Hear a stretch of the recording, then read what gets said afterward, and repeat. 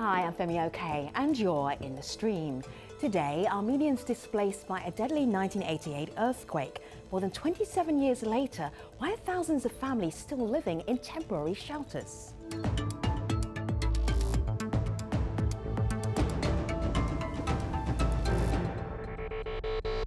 We are tapping into our Armenian online community today. Hello, Armenian. Armenians, I should say, and Armenia. Malika Bilal, you know this because... Yeah, because they're tweeting us, the diaspora and those in Armenia. And 27 years after this quake, there's still so many ripple effects. That's what we're hearing from people like Jenny. She tweets in, I was born in Gyumri after the earthquake, but I bear the emotional burden. The psychological state has passed to our generation. So if you're watching this, we want to hear from you as well. You can tweet us with hashtag AJStream. Now, on December the 7th, 1988, hundreds of thousands of people in northern Armenia were displaced by a massive earthquake. But families are still living in what are essentially decades-old shipping containers. The Armenian news group Civil Net spoke to several families living in these shelters, known as domiks.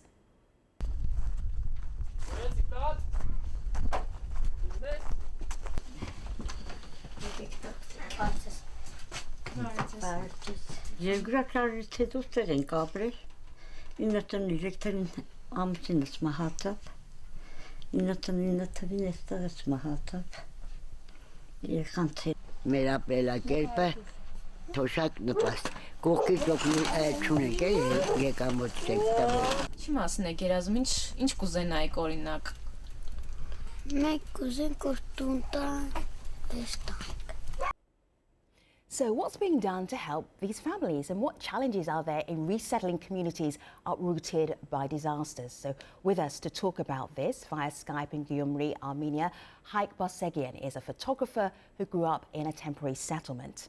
In Yerevan, Tim Strait is the honorary consul of Norway to Armenia and also founder of the Homeland Development Initiative Foundation. Vardan Partamyan, he's head of projects with the Hayastan All-Armenian Fund, and Maria Titizian is a journalist and lecturer at the American University of Armenia. Good to have you here, everybody. I'm going to scroll back, or go back 27 years, and show you a map and show you where the epicenter of this earthquake was back in 1988. December the 7th was when that earthquake actually struck. So for news people, it's a specific date. But Malika, you're getting something else from our Armenian community about how they're describing what happened that day. Exactly, Femi. And it's interesting. You know, Maria, one of the things that Femi and I learned is that Armenians have a specific name that they call the day of this quake. And that's actually something that Tigran, in a video comment, told this stream. So have a listen to what he said. We call it the day of shame, and truly shame it is. After 27 years from the earthquake, we have people living literally outside in cold and starvation. Throughout all these years, the government has proven to be of no use for these people. Hence, when the government feels completely irresponsible, first and foremost, this is the prerogative of Armenians throughout the world to help them. So Maria, how did it come to get that name? Well, after 27 years, when you have about 4,500 families still living in temporary shelter shacks that we call domiks in Armenian, I think it's a blight for the entire nation, not only for the government. And that's how that name has come to be known. I mean, the earthquake itself, the anniversary has come to be known in recent years especially. What's really fascinating though, Maria, is that the response, the international response to this earthquake was huge. So we're talking about a country that was still part of the Soviet Union, but the response was worldwide, international. A lot of aid came into Armenia. Can you tell me about that? Because you were also volunteering at the time. Yes, well, certainly it was a period of, glasnost and perestroika with Gorbachev. It was a time of sweeping global changes taking place. And it was the first time in Soviet history that the Soviets actually allowed foreign international agencies and countries to come to the assistance of the Armenians who were suffering because of the earthquake. And over 120 countries, if I'm not mistaken, sent millions of dollars, about $500 million in total in aid, medical equipment, humanitarian relief. But we have to remember that it was a time that it was still the Soviet Union, and hence the rescue efforts and the ensuing reconstruction was not up to international standards, if we may say so. Vardan, there's a picture I want to show you here on my laptop that just struck me, because when you say 500,000 people made homeless and at the extent of a disaster, this was the picture that really resonated, where there literally are mountains of coffins.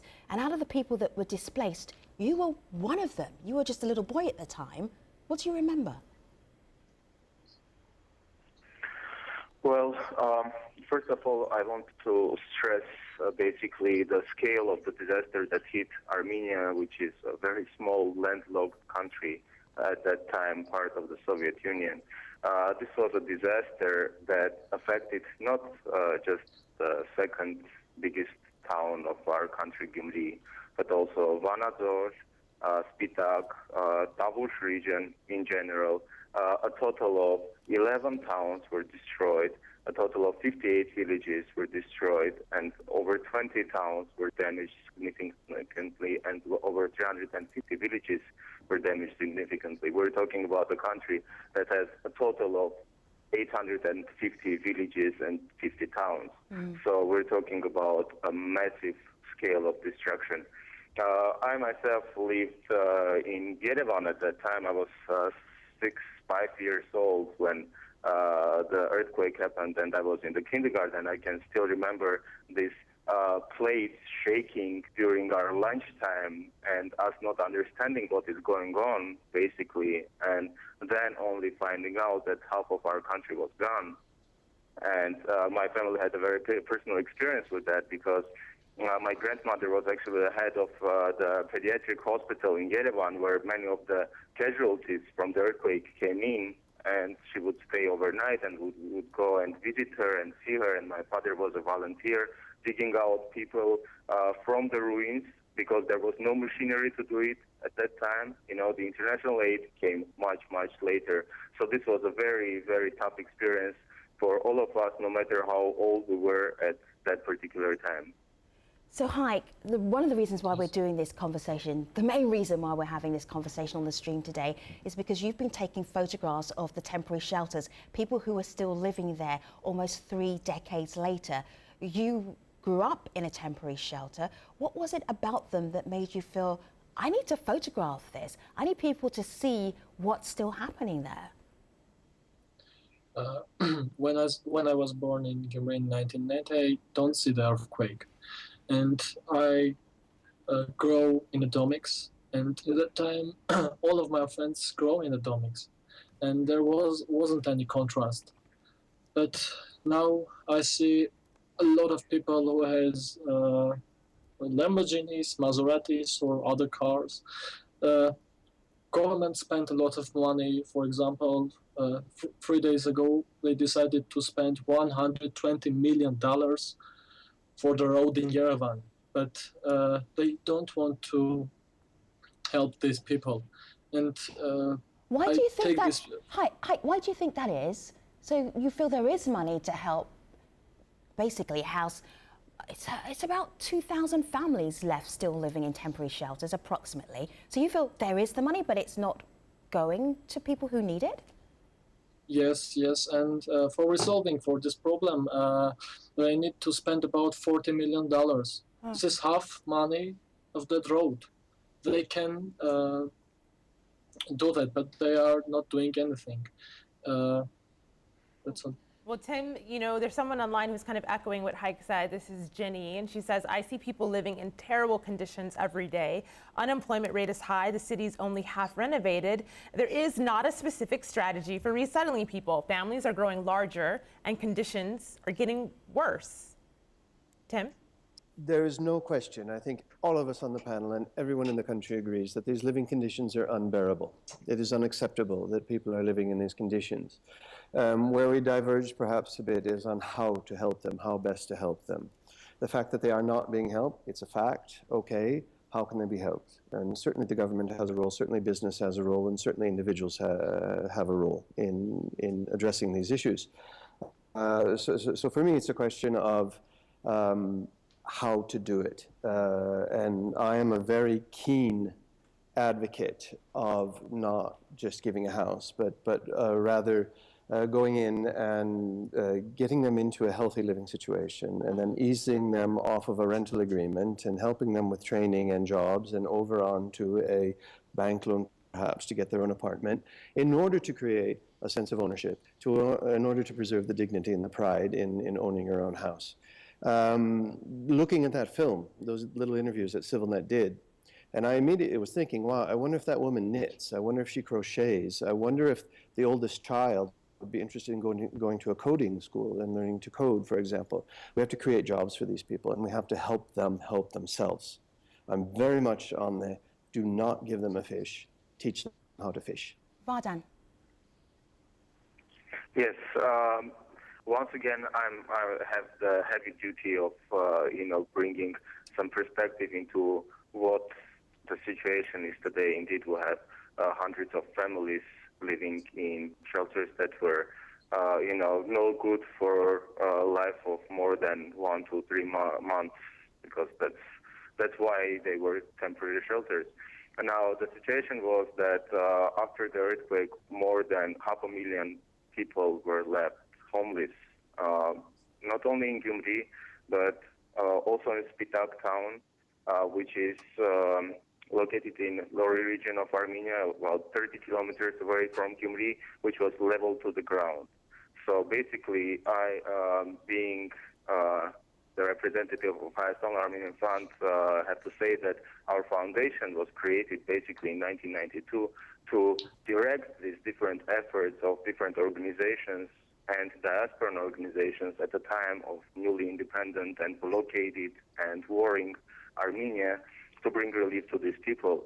And what we were rebuilding, we weren't rebuilding just Gyumri, we were rebuilding half of the country that was gone, with all its industrial potential, with all its capacity. Now, Vardan, how long does that take? Does it take 27 years? No, it does not take 27 years if you are a very well-financed country. If we're talking about the damage accrued during the earthquake, the official figures stand at that time at $10 billion, which if you change it to and adjust it to inflation of today, is stands at about $50 billion of damage accrued at the country. And just to give you a bit of a perspective, in 1992, the budget of the Republic of Armenia was $20 million. Oh my goodness, so that's almost mission impossible then, isn't it? Imagine that situation and trying to rebuild in that conditions. Also, when you are subject to land blockade from Turkey and Azerbaijan, and you are basically in a state of war, and you are a part of a country that is no more. So it's a bit of, perfect storm, I would say. So Vardan, as you're talking, it looks like Tim is dying to get back in, because I want to bring something up that might, I'll throw this back to you and you might agree or disagree with it. This is the Fuller Center, who said our partners have built 400 plus homes and could do as much as funding allowed, but funds are the big issue. So you heard Vardan say we need a well-funded country, and that is the issue. You were saying that you much rather teach people how to fish, but how do you do it without the funds? There's plenty of, Armenia right now lacks 2,000 people to fill jobs in the IT sector in this country, in that one sector alone. The wine industry is taking off in this country. My own organization is creating jobs, among other places, in Gyumri, not for thousands of people, but for hundreds of people. The possibilities are here. What we need is a social services program. We need to develop the social services sector of the public government. Tim, who's going to do that? We also need to have mentors that step in and follow each family. Tim, who's going to do that? Can I jump in here, please? Yeah, go ahead, Maria. Okay, I don't want to underscore the sometimes insurmountable challenges that Armenia faces with the blockade by Azerbaijan and Turkey and the ongoing war in Karabakh. But I think that the issue 27 years on speaks to the heart of a stagnant economy, of perhaps inefficient governance by the authorities. I think it's a lack of prioritizing. Gyumri certainly lost, 40–50% of its industrial output at the time, but at the same time, to resettle 4,500 families today, I think is a doable thing.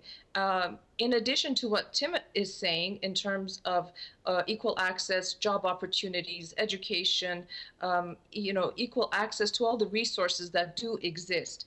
I'm not saying that it's an easy job, but certainly something that could have been done in 27 years of time. And I think that we have to understand. Yeah. Go ahead, Tim. No, please, let's focus on what can be done, and let's roll up our sleeves and start doing it. Let's not point fingers, let's not regret what wasn't done, what should have been done, or who should have done what. Let's roll up our sleeves and fix this. There are people in Gyumri living, working outside of the country, and their families here. They can buy home by paying every month some part of the full price of the house. For example, they can pay in 1 month $100, but they can get money from the bank because bank want a document from the workplace, but they are working abroad, and we want to give some money for them people. So Hayk, let me show everybody what you're trying to do, and I'm not sure that Tim will think this is a good idea. I will ask him in a moment. You have started a fundraising campaign. You started it in the United Kingdom because you want the international community to help house the last few remaining, or the 4,000 people or so still homeless from 27 years ago. So here's your crowdfunding campaign, support for the homeless in Gyumri, and so far 5,000 has been pledged. You need £120,000, which is over $130,000, and you're going to buy homes for people. Tim, do you think that's a good idea? I think and it's for 13 families. I'm glad you said that. It's admirable what Hayk is doing. It really is. It's fantastic that there's awareness raising going on in the diaspora, in the international community about this issue, because it needs to be solved. I like his energy. I like his optimism. I'd love to support him. I just don't think the money should be used in that way. I think it should be used in rental subsidies to get them into a secure situation, and then job training and mentoring, and get them on their own feet, rather than giving them a house. Can I jump in for a second? Vardan, go ahead. Okay, thank you.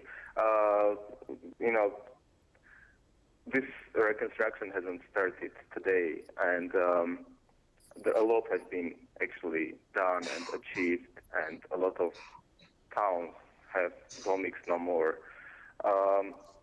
In Gyumri, our foundation has continued to work for the last 24 years, and we have done 12 residential buildings and other projects based in Gyumri, which basically hasn't solved the entire issue. And one of the things that we have to deal with on a constant basis is you always state that 27 years have passed. And you imagine a family that had a little kid when the earthquake happened, and then the kid grew up and formed his or her own family. And then the government gave them the house they lost, which was a one-room apartment in 1988. But the family has grown, and there are now 7 people living in the same conditions. So they can't live in one-room apartment. So what happens is 3 people move to a new apartment and 4 people stay behind in a domic. So it's a perpetuation of the same problem. I agree with Tim that definitely any project, any housing or any infrastructure development project must be paralleled with infrastructure, economic development for sure. There is no other way of doing it. But Vardan, one of the things people online say, Vardan... Let me just finish this point. Tim has visited a lot of the villages where our foundation does rural development. And in a lot of these villages, unemployment is as much of an issue as it is in Gyumri. But it can never stop us from, providing these people with adequate school or hospital or drinking water. Vardan, we did hear that from people who say that unemployment is an issue and is something that needs to be addressed. But in addition, kind of a two-pronged approach, we saw things like this. This is from Laura, who just tweeted a few minutes ago. The worst thing is that huge amount of the diaspora's donations are stolen by corrupt politicians. Another person says money that was supposed to rebuild homes has gone into the pockets of politicians. Maria, do you think that is something that needs to be looked at as well? Well, certainly. I mean, in the latest Corruption Perceptions Index, Armenia has lost certain ground, and there is the question of corruption. Now, I don't have any direct proof of that, so I will refrain from commenting. But corruption certainly is an issue. Mismanagement of funds is certainly an issue. But I want to get back to what Tim was saying. Certainly, we're talking about economic development and empowering people, but there has to be institutional support for that to happen. We can create many micro little businesses, but these people need access to global markets. They need access to infrastructure. So the government's responsibility in this case is as important as any kind of individual entrepreneurial economic sort of business development in the region. It speaks to a larger issue of the economic, social, and political situation of the country. Gyumri, I think, has to be at the center of our attention, because if anybody goes to Gyumri and speaks to anybody living there, the psychological impact, as one of the viewers, one of the people who tweeted said, we are now moving into a second generation that is still feeling the impact of the earthquake, and this needs to be resolved so that Gyumri, the second largest city, the cultural hub, the industrial, prior to the earthquake, hub of the country, needs to be rebuilt. And that's why it takes the dual efforts of government, the private sector, and the diaspora to get the city back up on its feet. Let me show you something for our online audience and our audience watching on TV here. As a headline here, end in sight for last Armenia quake refugees, ? So the Armenia president has pledged that the rehousing program in the country's second city will be complete by late 2016. This is a story we're going to be checking back in on. Yeah, Maria, so you're saying that there have been many promises and they haven't been kept yet. In 2008, they said it would be done by 2013, and then it was extended yet again. So again, these promises that are not being met are just compounding the problem. All right, so before we move on to our online discussion, I'm taking Hayk and Tim and Vardan and Maria online. Malika has a look at some of the other cases of displacement around the world.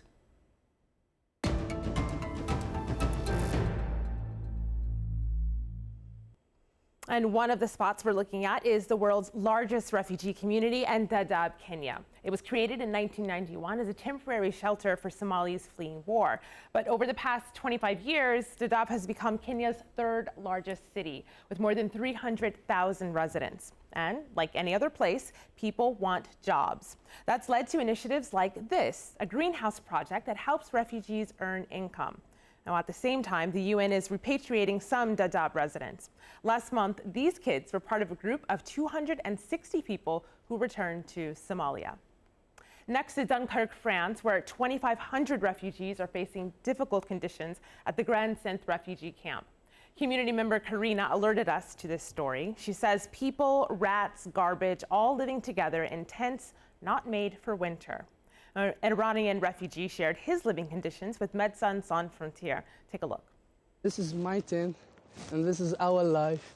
As you can see, there's a lot of garbage here, and the rats playing around our tent and go inside and mess with our food.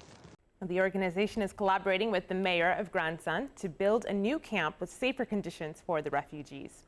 What other stories about displacement would you like us to cover? Just let us know by using #AJStream.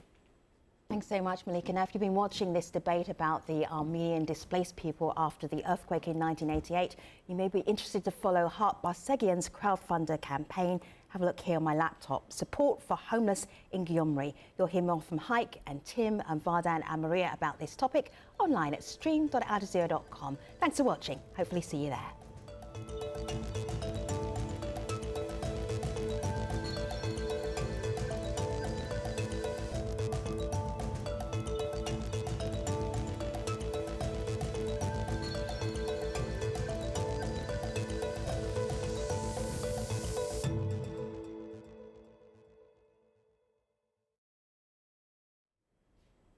Hello again, this is the Streams Online Post Show. We're talking about Armenia's 1988 earthquake and people who are still displaced by that disaster. So let's get right back to that conversation. So Maria, you were a little cynical about Armenia actually solving this issue by the end of this year because other promises had been made and broken.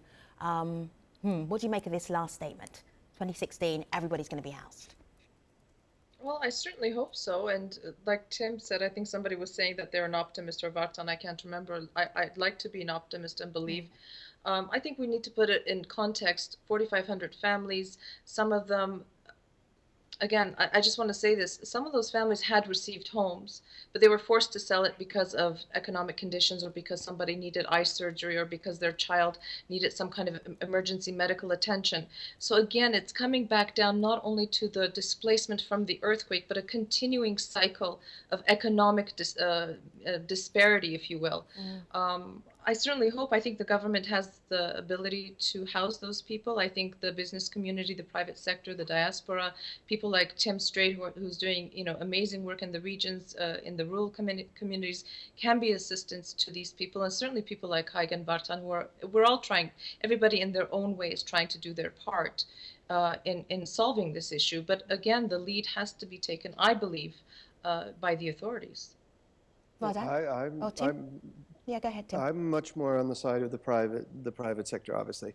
I mean, we have great organizations in this country. We have One Armenia, creating jobs through beehives. A campaign just started. We have the Fuller Center, who's with contribution by the family, building houses around the country by the dozens and dozens. There's lots of very good organizations around here, and they know how to assist. It's about knowing how to assist.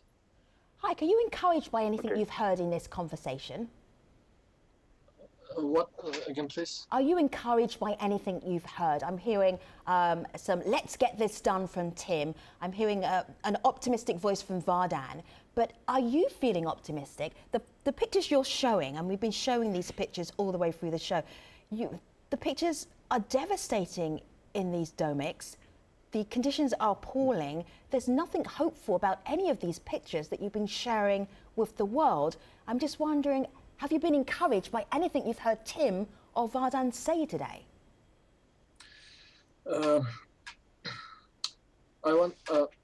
started this project to get all of these people houses, but my friend said that we don't give money to the people for buying houses. And the municipality of Gyumri said that can do a great project. They want to give a lot of give that people houses, and that people will every month give some part of that. Sorry for my English. I want to tell something why I'm here. Sure. I want to say to all the world that I'm going to get money for these people, for their houses. I see a lot of things in their homes. They don't have any food for it. They don't have any dresses in the winter. It's very difficult to see everything what I see. I don't know Vardan come Gyumri, and I don't know is he look how they live now. Okay. My heart is breaking. Can I jump in for now? For just 1 second. Yes, sure. We're just wrapping up. Welcome Vardan, we're just wrapping up. Go ahead. And I want to give government you in Armenia is nothing doing for these people. What we've been doing in the last year alone. So the Armenia Fund, as it is known in the United States, and some Armenian Fund as it is known in Armenia, within the last year has provided 17 families with new apartments, fully furnished and renovated, and has taken now you are tell me that government do or some organizations do something. I don't see that work in Armenia or in Gyumri. Shown as the poster for your show is actually the family of Grigoryan Zhenya, who is a lady with 4 kids.